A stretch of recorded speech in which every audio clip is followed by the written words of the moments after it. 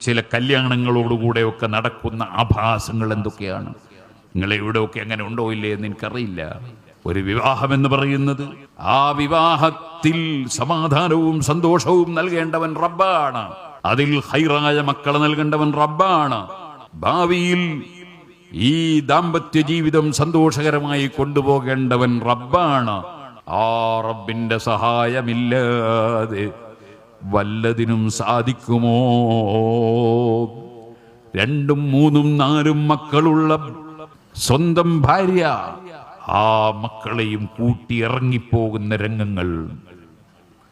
3, 4 മക്കളായിട്ട് എനിക്ക് ഭർത്താവ് വേണ്ടെന്ന് പറഞ്ഞ് പോകുന്ന സ്ത്രീകൾ.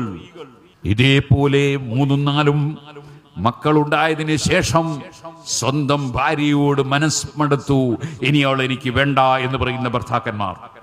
ഇതൊക്കെ നമ്മൾ ദിനേന കാണുന്നില്ലേ? ആരാണ് നമുക്ക് സന്തോഷകരമായ ജീവിതം മരണം വരെ തരേണ്ടത്? ആരാണ് നമ്മെ നിയന്ത്രിക്കുന്നത്? ആരാണ് നമ്മെ ഭരിക്കുന്നത്? അവനല്ലേ അല്ലാഹ്. ആ അല്ലാഹു പൊരുത്തപ്പെടാത്തത് നിക്കാഹിന്റെ സമയത്ത് തന്നെ സ്വർണത്തിന്റെ മോതിരവും